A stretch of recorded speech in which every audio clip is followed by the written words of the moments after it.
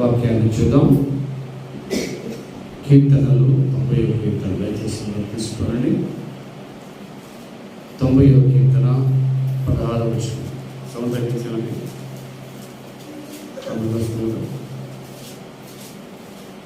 90వ కీర్తన 16వ వచనం. నీ సేవకులకు నీ కార్యం కనపరచుము, వారి కుమారులు నీ ప్రభావమును చూపించుము. ఈ వాక్యము ద్వారా దేవుడు మనతో మాట్లాడును గాక. అందరూ దేవుని స్తోత్రం చెప్పండి. హల్లెలూయా, హల్లెలూయా. ఈరోజు వాక్యము నుంచి ఒక మాట జ్ఞాపకం చేసుకున్నాం. ఏమన్నాడు అక్కడ? నీ సేవకులకు నీ కార్యమును కనపరచుము అన్నాడు. ఈరోజు దేవుని యొక్క వాక్యం మన మధ్యకి ఎందుకు వస్తుంది అంటే, నీ సేవకులకి నీ యొక్క కార్యమును కనపరచుము. అసలు ఎందుకు కనపరుచుకోవాలి? దేవుడు ఎందుకు తన మహిమను చూపించాలి? ఎందుకు తన కుమారునికైన ప్రభావం చూపించమంటున్నాడు అని మీరు ఆలోచన చేస్తే, ఈ కీర్తన ఎవరు రాసిన కీర్తన? ఇది మోషే ప్రార్థన. అంటే మోషే రాసిన కీర్తన. మోషే రాసిన ప్రార్థన ఎక్కువ శాతం ఏమంటారంటే, నీ సేవకులకు నీ కార్యము కనపరచు, వారి కుమారులకు నీ ప్రభావమును. ఈరోజు సేవకులు అని అనగానే మనం వేరేగా అర్థం చేసుకుంటే, పాస్టర్ గారులను దైవజనులను అనుకోకండి. సేవకులు అనగానే అందులో మీరు కూడా ఉంటారు. నీ కార్యమును కనపరచు. ఈరోజు ఈ అంచె దినాల్లో మనం ఏం ప్రార్థన చేయాలి తెలుసా? ప్రభువా, నీ కార్యము నాకు ఏం చేయాలి? అదే ప్రార్థన చేయాలి. ప్రభువా, నీ కార్యము నాకు కనపరచు. అసలు దేవుడు ఎలా కనపరుచుకుంటాడు తెలుసా మీకు? బైబిల్ గ్రంథంలో అసలు దేవుడు ఎలా కనపరుచుకుంటాడు? 57వ కీర్తన 5వ వచనం చదవండి. 57వ కీర్తన 5వ వచనం. దేవా, ఆకాశము కంటే అత్యున్నతుడుగా నిన్ను కనపరుచుకుని. దేవుడు తన కనపరుచుకునే విధం ఎలా ఉంటుందంటే, ఆయన అత్యున్నతుడుగా ఆయన కనపరుచుకుంటాడంట. నిన్ను నీవే అత్యున్నతుడుగా కనపరచు. అంటే దేవుడు పర్వతాలు ఎత్తుండొచ్చు, లేకపోతే ఇంకా ఎత్తైంది ఉండొచ్చు, కానీ అన్నిటికంటే ఆకాశముల కంటే అత్యున్నతుడిగా ఎవరు కనిపిస్తారు మనకి? దేవుడే. ఇక్కడ అత్యున్నతుడిగా నిన్ను నీవే కనపరుచుకును అంటాడు ఒక దగ్గర. దేవుడు ఎప్పుడు చిన్నగా ఉన్నాడండి. దేవుడు ఎప్పుడు చిన్నగా ఉన్నాడు. దేవుడు పెద్దవాడు అవుతాడు, చిన్నవాడు ఉంటాడా? అమ్మా, దేవుడు చిన్నవాడా పెద్దవాడా? చెప్పండి. నేను తెలుగులో అడిగాను, ఇంగ్లీష్ అడగలేదు కదా. దేవుడు చిన్నవాడా పెద్దవాడా? పెద్దవాడే. దేవుడు అత్యున్నతుడండి. ఇంతని చెప్పలేం. ఒక మనిషి ఎంత పొడుగుంటాడని చెప్తాం, అంతేనా? లేక ఒక మనిషి ఇంత లావున్నాడని చెప్తాం, లేదా ఈ రంగు అని చెప్తాం. కానీ దేవుడికి అలా చెప్పలేం. ఒకసారి యేసుప్రభు ఫోటో చూసాం. యేసుప్రభు ఫోటో చూస్తే యేసుప్రభు ఫోటో అంతా నల్లని జుట్టు ఉంటారు. మీ ఇంటి దగ్గర ఫోటోలు యేసుప్రభు నల్ల జుట్టు ఉంటే తెల్ల జుట్టు ఉంటారు, తెల్లదుంటారు. కానీ యేసుప్రభు వారి జుట్టు ఎలా ఉంటుందట? హిమము వలె. దేవుడు కనపరుచుకున్న విధానం ఏదైతే ఉందో, మనం దగ్గర యేసుప్రభు ఫోటో లేనట్టు ఎక్కడ లేదా? సార్ ఫ్లెక్స్లో వేద్దాం. అంటే యేసుప్రభు ఫోటో అన్నట్టు ఉన్నాడు. యేసుప్రభు వారు మనకు కనిపించే విధానం వేరు, కనపరుచుకుంటాడు. 44వ కీర్తన 23వ వచనం కూడా మీరు చదివితే 44వ కీర్తన 23వ వచనం. ఒక చదవండి. ప్రభువా మేల్కొనుము, లెమ్ము, నిత్యము మమ్మును విడనాడకుము. 23వ చదివేది చదువు.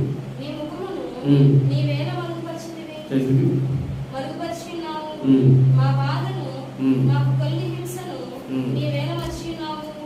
మా ప్రాణము నేలకు కృంగి ఉన్నది, మా శరీరము నేలకు పట్టి ఉన్నది. 44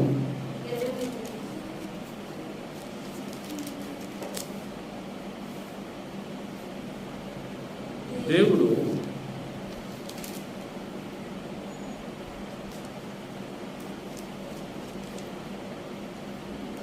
మహోన్నతుడిగా నేను నీవే కనపరుచుకున్నాను. ఎక్కడ ఉన్నది?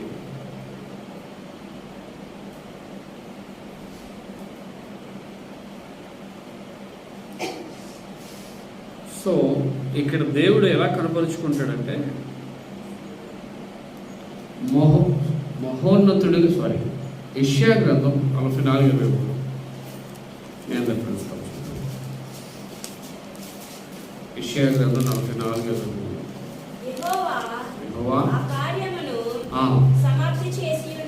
సమాప్తి చేసి ఉన్నాడు. ఆకాశములారా చేయుడి,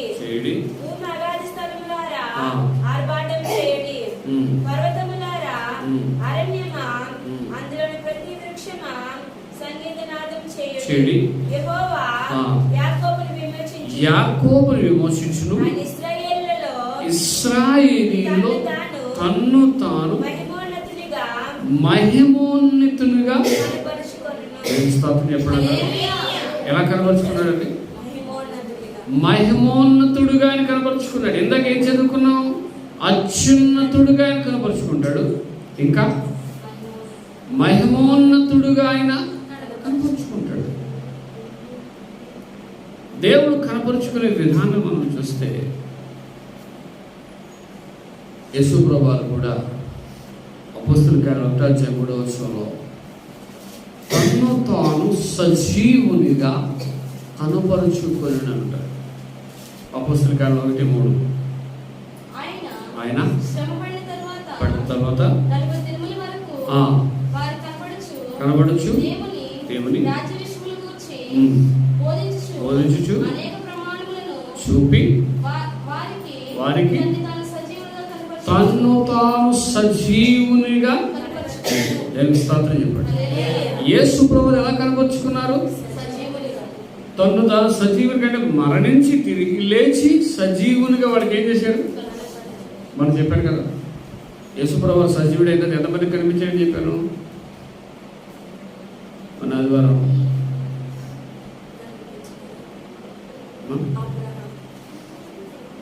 యేసు ప్రభువు చనిపోయిన ఎంతమందికి కనిపించారు? 500 మందికి కనిపించారు. ఎంతమంది? మేడగదిలో ఎంతమంది కూడుకున్నారు? వాళ్ళు చెప్పారు. ఒక శబ్ద వెంటనే శబ్దం వదిలేస్తున్నారు.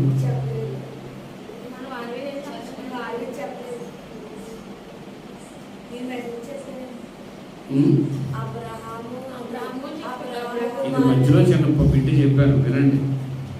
లేదా మీరు మెసేజ్ని వినేసిన తర్వాత ఇంటికి వెళ్ళిన తర్వాత యూట్యూబ్ ఉంటుంది అందరికీ. ఆ మెసేజ్ ఏం చెప్పారు మరొకసారి వినండి. ఇక్కడ ఉంటుంది, యూట్యూబ్లో ఉంటుంది. ఇప్పుడు ఆల్రెడీ రికార్డింగ్ అయినా లైవ్ అయినా ఇప్పుడు ఆల్రెడీ వాళ్ళు రికార్డింగ్ పెట్టారు, నెట్ బ్యాలెన్స్ లేదు. 500 మందికి 120 మందే ప్రాంతంలో కూర్చున్నారు. ఎంతమంది? మిగతా 340 మంది ఏమయ్యారు? యేసు ప్రభు సజీవుడిగా చూశారు. యేసు ప్రభు సజీవుడు కనిపించాడు 500 మందికి చూశారు. యేసు ప్రభు సజీవుడే లేచాడు, తిరిగి లేచాడు, మరణానికి వేయించాడు అన్నారు. కానీ మేడగల్ల వాళ్ళు అలాగే మనకు కొన్నిసార్లు డౌట్ వస్తుంది. ఈరోజు చూడండి, మరి ఎప్పుడు కాకూడదు. ఈరోజు చూడండి, మనం చర్చకొచ్చి కూడా 30 మంది ఉన్నారు అనుకోండి, అందరూ వచ్చారా? ఏమైందో ఏమయ్యారు? అద్భుతాలు చూసేవాళ్ళే. అలాగే 500 మంది కనిపించాడు దేవుడు. అందులో 380 మంది, 380 ఎక్కువ, 120 ఎక్కువ, అంటే 380 మంది అలవపోయారు. 120 మంది అద్భుతం వీడు చెప్పంటారా? 120 మందిలో అందరూ పరిశుద్ధాత్మ పొందేశారు. దేవునికి స్తోత్రం చెప్పండి. ఎంతమంది? అక్కడ మాట్లాడటం చూడండి. 1వ అధ్యాయంలో 2వ అధ్యాయం మొదలు వచ్చింది చూడండి. అవును 2:1 ఏముంది?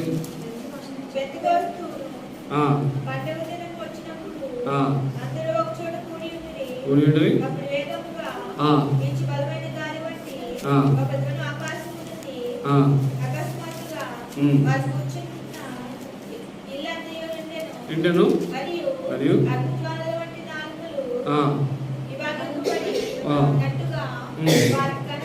కనబడి ఒక్కొక్కరి మీద వ్రాలగా ఎందరు అందరూ నేను స్తోత్రం చెప్పండి. మరి 380 మంది కూడా కలిసి వెళ్తే 500 మంది కూడా ఏం పొందుతారు? ఆశీర్వాదాలు, దీవెనలు ఎందుకు పొందట్లేదు మనం? ఎందుకు మనకి దీవెన రావట్లేదు? అందరూ గుడికి వస్తే అందరి మీద ఆశీర్వాదం ఉంటుంది. పలానోడు వస్తేనే నేను వస్తానని తీర్చి పడిపోయారు చాలామంది. ఈరోజు క్రిస్టియానిటీ ఎలా తయారైందంటే, ఒక పాస్టర్ గారు వస్తున్నారమ్మా రండి అంటే టీవీ స్పీకరా, స్టీవెన్సన్ గారు వస్తున్నారా, ఇరిమియా గారు వస్తున్నారా, ఇదే రాజన్న గారు వస్తున్నారా, వాళ్ళు వస్తే వస్తారు, ఎంత రావు.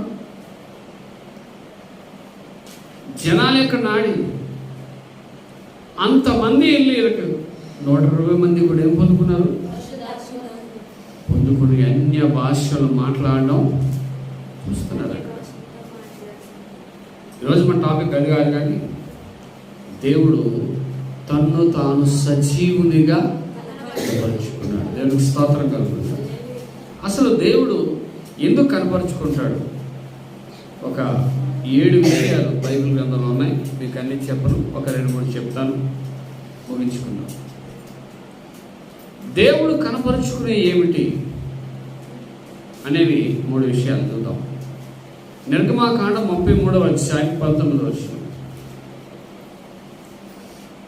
నిర్గమాకాండం 33వ అధ్యాయం.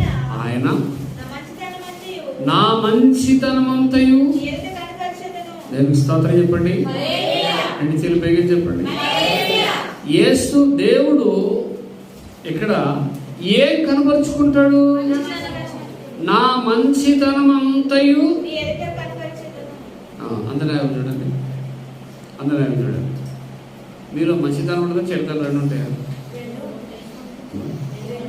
2 ఉంటాయా? మంచితనం ఏముండదా? మీ పిల్లలు ఇంకా ఇంటి అన్నది ఏదో అలా మాట్లాడారు అనుకోండి, నా అబ్బాయి అంటారు. ఏదైనా సరే ఏడ్చాడు అనుకోండి, ఇప్పుడు ఎత్తనే. ఒక్కొక్కసారి చూస్తుంటే కొంతమంది తల్లులు ఈ సంఖ్యలో పిల్లలు ఎట్టుకొని తినరా తినట్టుంటారు. ఆడేమో ఊసేస్తుంటాడు, కొంతమంది మురిపి కూడా ఎత్తుంటారు.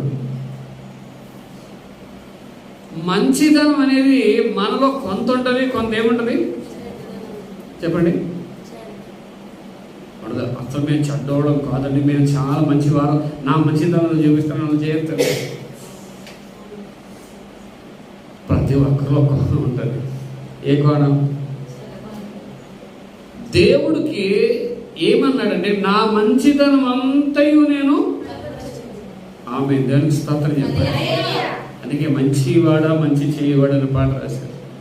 మంచివాడ ఆ మంచితనాన్ని ఎప్పుడు కనపరుస్తాడు? ఆయనలో కూడా కోణం ఉంది. ఏ కోణం తెలుసా? ఫస్ట్ ప్రేమిస్తాడు. ఏంటండి? ప్రేమ. ఎప్పుడు ఉన్నాను ఈ మధ్య చాలా మంది పాడుతున్నారు, ప్రేమ ప్రేమ ఎక్కడిది? మన మధ్యలో చర్చలు పాడుతున్నారు పాట, ఎవరు పాడట్లేదు. ఇప్పుడు విన్నాను మొన్న ఇప్పుడు ఎవరు పాడుతున్నారు, ప్రేమ ప్రేమ ఎక్కడని చిరునామా తర్వాత నాకు అర్థం కాలేదు. ప్రేమకు చిరునామా ఏంటారు నాయన? ప్రేమకు అడ్రస్ ఉంటే ఉత్తర రాష్ట్రంలో అర్థమైంది, నాకు అర్థమైంది. ఆ ప్రేమను మనం అడ్రస్ అయితే కొనుక్కోలేము, అంతేనా? దేవుని ప్రేమ కొలతలుండి అంతేనండి. మీరు చిన్నబిడ్డలను ప్రేమించేటప్పుడు అలారుముద్దుగా పెంచుకుంటారు. ఇప్పుడు అబ్బాయి అన్నాడు, బాబుని ప్రేమగా పలకరించింది ఒకనాడు, తినవా అని పలకరించడం. సో ఆ పిల్లోడికి మీరు ప్రేమను నేర్పించుకోతే ఆ పిల్లోడు మీ మీద కూడా ఏం చూపిస్తాడు చెప్పండి?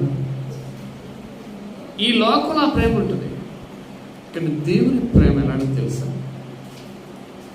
వాడు ఎలాగున్నా సరే ఆ ప్రేమను చూపించేది దేవుడు మాత్రమే. దేవునికి స్తోత్రం చెప్పాలి. హల్లెలూయా. ఇప్పుడు ఒక వ్యక్తికి ఒక ప్రేమ చూపించావు. నేను చాలాసార్లు నవ్వుకుంటుంటాను. ఒక ఇన్సిడెంట్, 2 పోర్షన్లు ఇద్దరు ఉంటారు. ఈ పోర్షన్లో ఒకరు ఉంటారు, ఈ పోర్షన్లో ఒకరు. ఇద్దరు చాలా క్లోజ్ ఫ్రెండ్స్. ఎంత క్లోజ్ ఫ్రెండ్స్ అంటే వీళ్ళ ఇంట్లో ఉప్మా వండితే వాళ్ళ ఇంట్లో ఉప్మా వీళ్ళింట్లోకి వచ్చేది, వీళ్ళ ఇంట్లో ఉప్మా వచ్చేది. ఎంత ఫ్రెండ్స్, ఇంచుమించు 6 years మంచి దోస్తులు. ఎలాంటి దోస్తులు అంటే వీళ్ళు దోశ ఎత్తే వాళ్ళ ఇంట్లో దోశ పడిపోద్ది, వీళ్ళు పూరైతే వాళ్ళ ఇంట్లో అంత దోస్తు. ఒకరోజు ఏం చేశారంటే యువతలో ఉన్న వాళ్ళ ఇంట్లో పాపం ఫైనాన్స్ తక్కువ ఉంది, డబ్బులు తక్కువ అని చెప్పి వాళ్ళ మటుకి బిర్యానీ చేసుకున్నారు. ఏం చేసుకున్నారు? బిర్యానీ చేసుకొని తినేస్తున్నారు. తినేసేటప్పుడు ఇప్పుడు వెళ్ళింది పక్కింటి. అప్పుడు దాకా వీళ్ళిద్దరు ఎంత బెస్ట్ ఫ్రెండ్సో. ఈ బిర్యానీ ఎట్లేదని మరుసటి రోజు ఉదయం ఈవిడ తుడిచేసుకుంటుంది, కానీ ఈవిడ గుమ్మాలు ఇంతకుముందు అయితే ఈవిడ గుమ్ము ఆవిడ గుమ్ము తుడిచేసేది. ఎవరో ఫస్ట్ ఎవరు లేకపోతే తుడిచేసేది. అప్పుడు అడిగింది, ఏమో మా గుమ్మ తొడట్లంటే దుడుతాం అంటారు. అది ఎలా మారిపోయారు అప్పటికప్పుడే అని మళ్ళీ పలకరించిందంట. పలకరిస్తే ఎందుకులే ఇలాంటి పలకరింపులన్నీ ఆలోచించాం అని చెప్పేసి ఇంకా ఆ రోజంతా అలా మాట్లాడుతుంది. మరుసటి రోజు పక్కింట్లో చెప్పిందంట, రాత్రి బిర్యానీ కూడా కట్టలేదు, ఎలా మాట్లాడతాను అంటుందంట. ఎందుకు ఇలా ప్రేమ దేని మీద? బిర్యానీ, దోశలు, బూర్ల మీద. ఈ లోకంలో ప్రేమ అలాగే ఉంటుంది. నా జీవితంలో మర్చిపోలేని ఇన్సిడెంట్ ఏదో తెలుసు. పొందుకున్న తర్వాత దాన్ని తృణీకరించే వాళ్ళని చూసినప్పుడు నాకు చాలా కోపం వస్తుంది. ఎందుకు ఆ మాట చెప్పానంటే నేను చాలాసార్లు నేను అనుభవించాను. కొంతమందికి నేను హెల్ప్ చేసిన రోజులు ఉన్నాయి, సహాయం చేసిన రోజులు ఉన్నాయి. తర్వాత వాళ్ళు ఎప్పుడైనా ఇదైనప్పుడు వాళ్ళ ఫీలింగే డిఫరెంట్. చేసేయండి అన్నట్టు ఫీలింగ్ ఉంటుంది. కృతజ్ఞత లేని వాళ్ళు చాలా మంది ఉంటారు. కానీ దేవుడు ఇక్కడ ఏమంటాడు, నా మంచితనం అంతయు చెప్పండి. చదవండి, మళ్ళీ చదవమంటారు.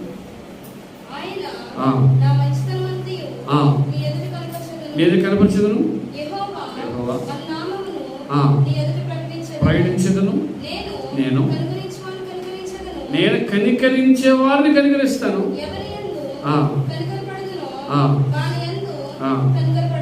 ఆమె నేను స్తోత్రం చెప్పండి. అంటే ఇక్కడ ఒక ఆప్షన్ ఇచ్చాడు, నా మంచితనం అంతా చూపిస్తాను. ఎవరు చూపిస్తాను? నేను చెప్పినట్టుగా వింటే, నేను చెప్పినట్టుగా మీరు ప్రవర్తిస్తే నా మంచితనం అంతయు. ఆమేన్. హల్లెలూయా, హల్లెలూయా. దేవుడు గొప్పవాడు. మీరు దేవుడు చెప్పినట్టు ప్రవర్తిస్తే, యెషయా 57:18 ఒక అద్భుతమైన మాట ఉంటుంది. యెషయా 57:18 దేవుడు నేను ఏం చూసాడంటే, దేవుడు నేను వారి ప్రవర్తన చూసి చూడండి. మీ దేవుడు ఎప్పుడు స్వస్థపరుస్తాడు? మీ ప్రవర్తన చూసి స్వస్థపరుస్తాను, నడిపిస్తాను. దుఃఖించి వారిని నేనేం చేస్తాను. ఇప్పుడు మంచితనాన్ని దేవుడు చూపించాలంటే మీరేం చేయాలి? దేవుడు చెప్పినట్టుగా మీరు 3 విషయాలు చెప్పాడు అక్కడ. స్వస్థపరుస్తాను, నడిపిస్తాను, ఈ 3 ఉంటాయి. మరి ఆయన చిత్త ప్రకారం ప్రవర్తించకపోతే ఆయన మంచితనం అని మీకు కనబడుతుందా? ఎప్పుడైనా సరే మంచితనాన్ని మనం చూడాలంటే మనకు కూడా దేవుడు ఆత్మఫలాలను ఇచ్చింది. ఏ ఫలాలు? ఆత్మఫలములలో ఫలం ఏంటి? ఎక్కడ ఉంది? కల్తీ పత్రిక చూడండి ఒకసారి. ఆత్మఫలాలు ఉంటాయి. మనకు కూడా ఫలాలు కావాలి ఎప్పుడప్పుడు.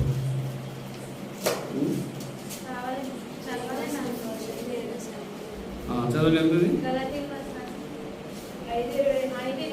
చదవండి.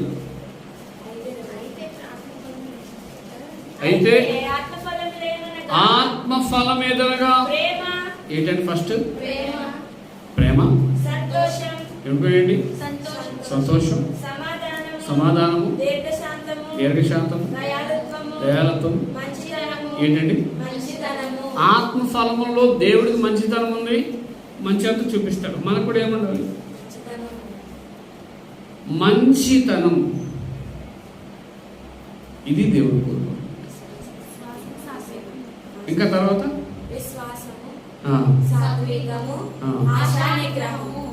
ఇవన్నీ ఏంటి? ఇందులో ఒకటి మిగతా లేకపోతే మీరు కమలాపడి చూసారా? 9 ఉంటాయా? 9. ఓకే. 9 ఉండొచ్చు, 10 ఉండొచ్చు, 15 ఉండొచ్చు. కాయను బట్టి ఉంటుంది. ఓకే. అయితే పాయింట్ ఏంటంటే ఇప్పుడు ఈ యొక్క బత్తాయి దశపడు ఏమని కమలాపడి చెప్తున్నాం. కమలాపడి చెప్తున్నాం. ఇప్పుడు కమలాపండు అంతా కలిసి ఒక పండు అవుద్దా? తొనొకటి ఒక పండు అవుద్దా?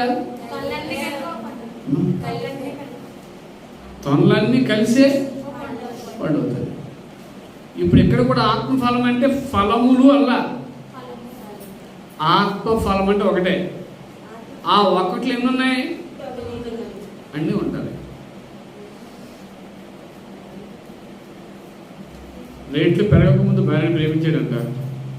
రేట్లు పెరిగిన తర్వాత భార్యను ప్రేమించడం మనిషిడంట. ఇప్పుడు రేట్లు పెరగక ముందు భార్య బాగా ప్రేమించుకోడంట. రేట్లు పెరిగిన తర్వాత అప్పుడు రోజు భార్య అడిగింది, ఏమంటే ఈ రేట్లు పెరిగిన తర్వాత ఎందుకంటే ఇంత దూరంగా పెడుతున్నారు, ప్రేమ సరిగ్గా మీరు చచ్చిపోయిందంటే, ఒకప్పుడు రేట్లు ఉన్నప్పుడు మీ నాన్న నాకు 3 లక్షలు కట్నం ఇచ్చాడు, ఇప్పుడు రేట్లు పెరిగి ఇదే రేట్లు అయితే 10 లక్షలు కట్నం వచ్చింది కదా అన్నాడట. అంటే వీడి యొక్క రేంజ్ ప్రేమ దేని బట్టి వస్తుంది? వీడికి డబ్బులు చూడగానే ప్రేమ, ఇంకోటి సంతోషం. ఏం కావాలి? మనం ఎంతలో ఉంటే అంతలోనే ఉండాలి సంతోషం. లేని దాని గురించి ఏం చేయకూడదు చెప్పండి. లేని దాని గురించి. మొన్న నాకు ఒక అబ్బాయి బ్యాంకులో కనిపించాడు. బ్యాంకులో కనిపించాడు. పాస్టర్ గారికి అప్పించాడంట. ఎవరికి? పాస్టర్ గారికి. అనపత్రనే ఎక్కడో కాదు. పాస్టర్ గారికి అప్పించాడు. పాస్టర్ గారు 5 సంవత్సరాలు అయిందని రూపాయి కట్టలేదు. 5 సంవత్సరాలు అయింది. పక్కడితో చెప్తున్నాడు, కిసిట్ ఎత్తం పాస్టర్ గారు అన్నాడు. నేను పాస్టర్ గారిని కదా. అసలు పాస్టర్ గారికి ఏడవడం ఏంటి, పాస్టర్ గారికి ఇవ్వకపోవడం ఏంటి అని చెప్పేసి బాబు ఏంటి నేను అంటే అప్పుడు చెప్పుకొచ్చాడు. పాస్టర్ గారు 2 లక్షలు ఇచ్చాడట. ఎంత? పాస్టర్ గారు అన్నారట, బాబు నాకు ఒక 2-3 నెలల్లో లేక 6 నెలల్లో చేసి అద్దుకుంటే 2 లక్షలకి 2 లక్షలు ఇస్తాను. ఎంత? 4 లక్షలు.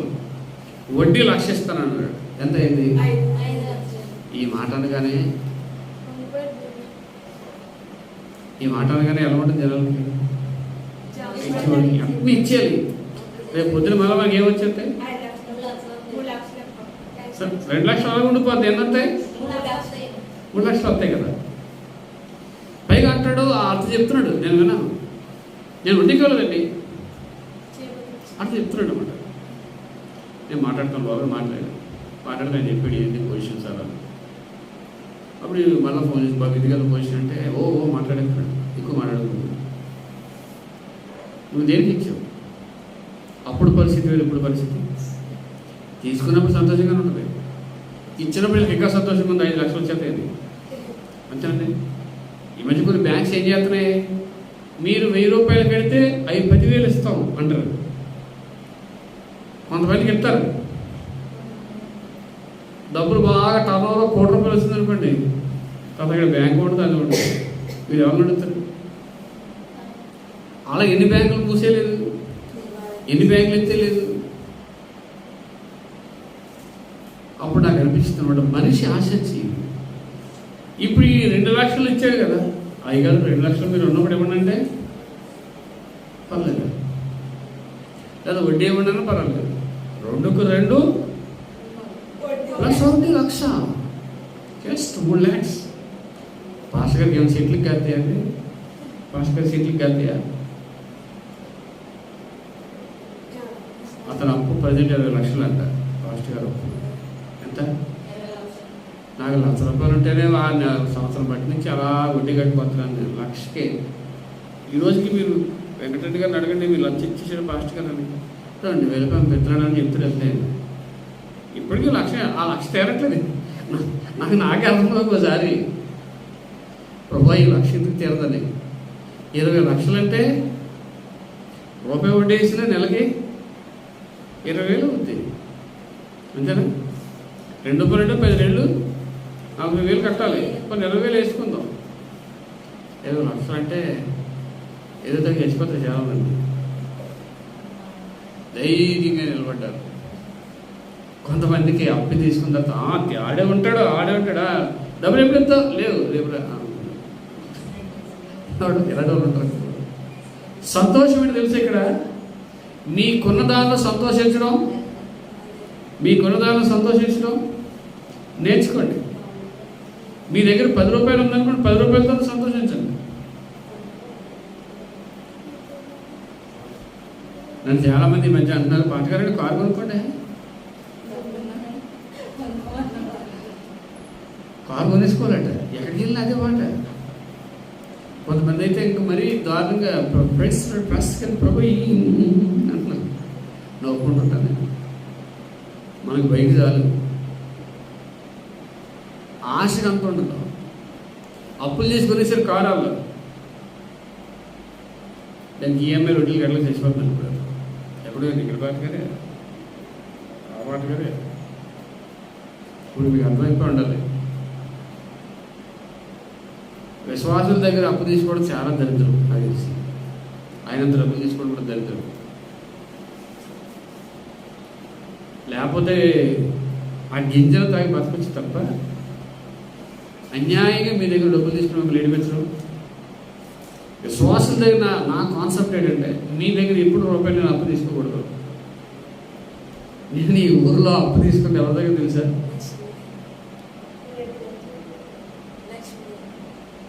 ఆవిడ దగ్గర అప్పు తీసుకుంటాను. కానీ తీసుకుంటే ఎప్పుడో తీసుకుని ఉండొచ్చు తప్ప మా అన్యాయం గారి దగ్గర అప్పు తీసుకున్నామండి.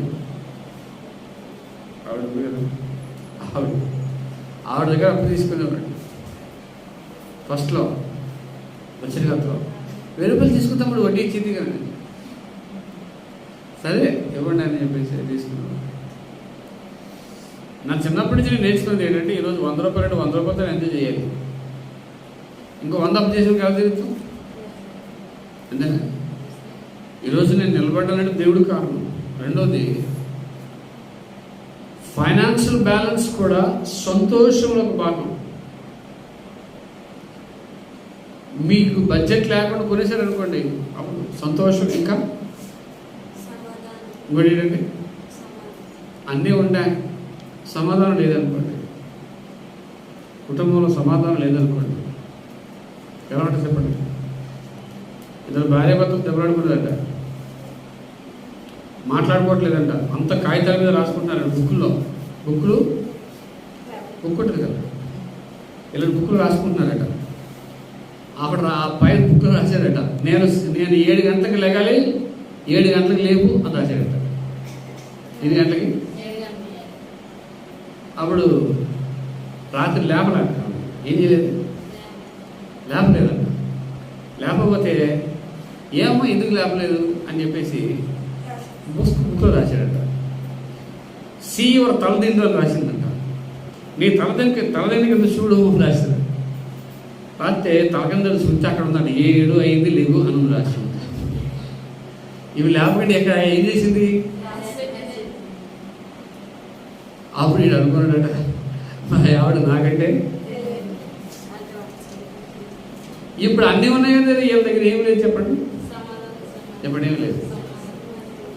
ఈ లేపన్నప్పుడు ఏమంటే లేపడానికి సరిపోద్ది. వీడు మాట్లాడలేదు కదా, నేను ఎందుకు మాట్లాడలేదు. నీ వీళ్ళు ఏం చేసింది అక్కడ సీట్ రాసి పెడిందండి 7 గంటలకు లేవు అని. వాళ్ళు చెప్తాడా అని ఆయన పడుకున్నాడు. అన్నీ ఉన్నాయి, సమాధానం లేదు. ఆ తర్వాత అమ్మా ఇది చాలా ఇంపార్టెంట్. దీర్ఘశాంతం. శాంతానికి ఇంకో పేరే దీర్ఘశాంతం. అంటే ఓర్చుకోవడం. దీని గురించి చాలా ఉదాహరణలు అన్నీ చెప్పాం. దీర్ఘశాంతం మీకు ఏముండాలి చెప్పండి. అప్పుడప్పుడు నీకు దయ లేదా అంటుంటారు. దయ కలిగి ఉంటుంది. నీకు దయ లేదా, దయ ఎందుకు ఉంటుంది. అవతలలో ఇంటికి చెప్తుంది, దయాకి చెప్తుంది, దయాలత్వం. ఇంకా మీలో కొంత చెడ్డ ఉంటుంది. ఆ చెడుని పక్కన పెట్టి ఏం చూపించాలి? మంచితనం. ఇంకోటి మన ఆదివారం విన్నారు కదా, అబ్రహాముకున్న విశ్వాసం మీకుంటే మీరు దేవుని కుమారులే ఆశీర్వదింపబడతారని చెప్పుకున్నాం. ఆయన తర్వాత సాత్వికం, చాలా సాధుత్వం. ఆశానిగ్రహం అంటే సెల్ఫ్ కంట్రోల్. మిమ్మల్ని మీరు కంట్రోల్ చేసుకోగలరు. భూమి మీద గొప్పడు ఎవడరా అంటే మీ శరీరాన్ని మీరు కంట్రోల్ చేసుకున్నవాడే గొప్పడు. ఎవడన్నా వచ్చి తాగడానికి రా అన్నాడు అనుకోండి, తాగడానికి రమ్మన్నాడు, నేను ప్రభు నమ్ముకున్నానండి, నేను ఆత్మీయంగా ఉంటాను అని అన్నాం అనుకోండి, పదరా ఇలా చేద్దాం ఒక ట్రిప్ అన్నారు అనుకోండి, అప్పుడు మీకు నిగ్రహం ఉన్నట్ట చెప్పండి. ఆశా నిగ్రహం, ప్రతి దాంట్లో నిగ్రహం ఉంటుంది. అందులో ఒక పాయింట్ మంచితనం. నా మంచితనం అంతయు నేను ఏం చేస్తాను, కనపరచేదను అని దేవుని యొక్క వాక్యంలో అక్కడ చెప్తున్నాడు. కాబట్టి ఇంకొక మాట మాత్రం మనం చదివి ముగించుకున్నాం. చాలా టైం అయింది. ఆదికాండం 19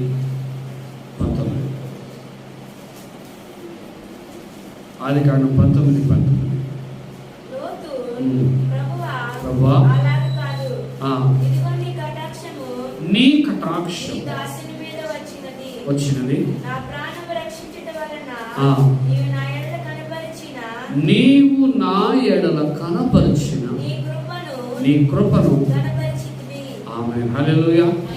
మొట్టమొదటి మంచితనం అంతే దేవుడు కనపరిచాడు. రెండోది తన కృపను మనకి కనపరిచాడు.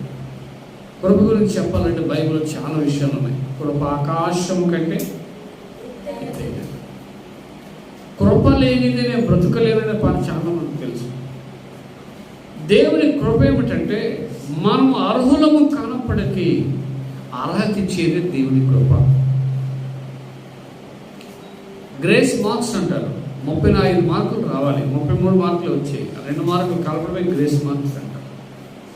ఈరోజు దేవుని యొక్క వాక్యం మనకేం తెలియజేస్తుందంటే దేవుడు తన కృపను మనకి కనపరుస్తాడు. బైబిల్లో చాలా మందికి ఆయన కృపను, పాత నిబంధనలు చాలా మందికి కృపను కుమరించాడు. కానీ వాడు ఏం చేశారంటే ఆ కృపను సద్వినియోగపరచుకున్నాడు. కృపకి ఎవరు పాత్రులు? కృప ఎవరి మీదకి వస్తుంది? దేవుని కటాక్షము, దయ ఎవరి మీదకి వస్తుందో ఆయన కృప వారి మీద మెండుగా దేవుడు ఇస్తాడు.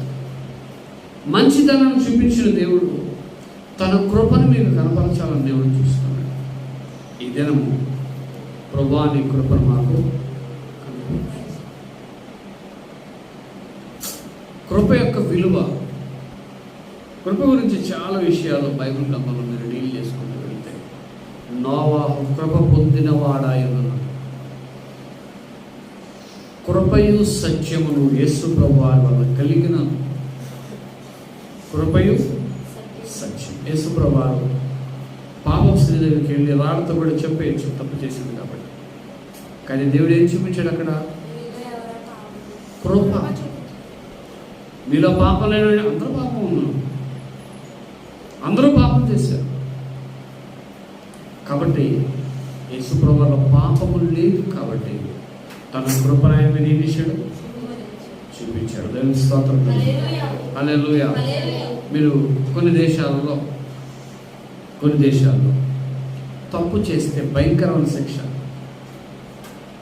దుబాయ్ లాంటి దేశంలో, దుబాయ్ ఒక స్త్రీ భర్త దగ్గర అపనమ్మకంగా ఉంది. ఆమెకు శిక్ష ఏంటంటే తెలుసా? నడు రోడ్డు మీద తీసుకొచ్చి పేగ నరికేసారు. ఆమె కృపలేదు. ఒక అమ్మాయి జీన్ ప్యాంటు టీషర్ట్ వేసుకుంది, శిక్షగా ఆవిడకి కొరడా దెబ్బలు కొట్టారు. కొన్ని దేశాల్లో భయంకరమైన శిక్ష. కృప లేదు వాళ్ళ యొక్క ధర్మశాస్త్రంలో. కానీ యేసయ్య ధర్మశాస్త్రం ఏంటో తెలుసా? కృపను చూపించి నీకు కనపరిచేది కృప. దేవుని స్తోత్రం. హల్లెలూయా. ఏ విషయాలు ఉన్నాయి కానీ తర్వాత ఎప్పుడైనా మనం నేర్చుకుందాం. ఈరోజు దేవుడు ఏం చెప్తున్నాడంటే ఆయన మంచితనాన్ని కనపరుస్తాడు. రెండోది ఆయన కృపను కూడా మనం కనపరుస్తాడు. అర్హత లేని మనలను, ఎన్నిక లేని మనలను అర్హత ఇచ్చి నడిపించింది దేవుని కృప. ఆ కృప మనందరికీ తోడై నడిపించును గాక. మాకు చెప్పాలి.